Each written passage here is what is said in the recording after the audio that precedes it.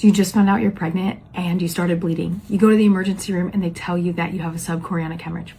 What does this mean and what are the next steps? Welcome to Wisdom Wednesday. Hi, I'm Dr. Alex Sherling. I'm a board certified OBGYN and we're going to talk about subchorionic hemorrhages today. So a subchorionic hemorrhage is basically a little pocket of blood that is between the pregnancy sac and the uterine wall.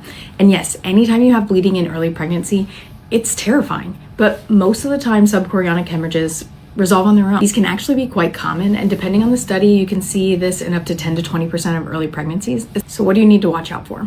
Some light spotting can be normal early in pregnancy, but if you're soaking through a pad, you're passing large clots, or you're having significant pain, I would definitely recommend that you're seeing right away. When we talk about risk, the timing and the size matter more than the actual diagnosis itself. So larger hematomas or ones that are found super early in the first trimester can actually increase your risk of miscarriages or cause further pregnancy complications later on. Majority of people with a subchorionic hemorrhage can go on to have healthy pregnancies, healthy babies, especially when you see a fetus with a heartbeat on your ultrasound. Typical follow-up for this is just repeating the ultrasound in 1 to 2 weeks, especially once you've seen a heartbeat on ultrasound.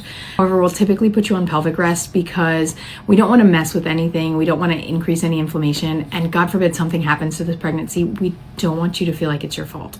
So bottom line, subchorionic hemorrhages are a relatively common finding in early pregnancy, especially when there's any bleeding. These do raise your risk of miscarriage a little bit.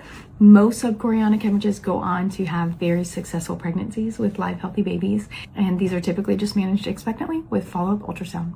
Hope you learned something today on Wisdom Wednesday.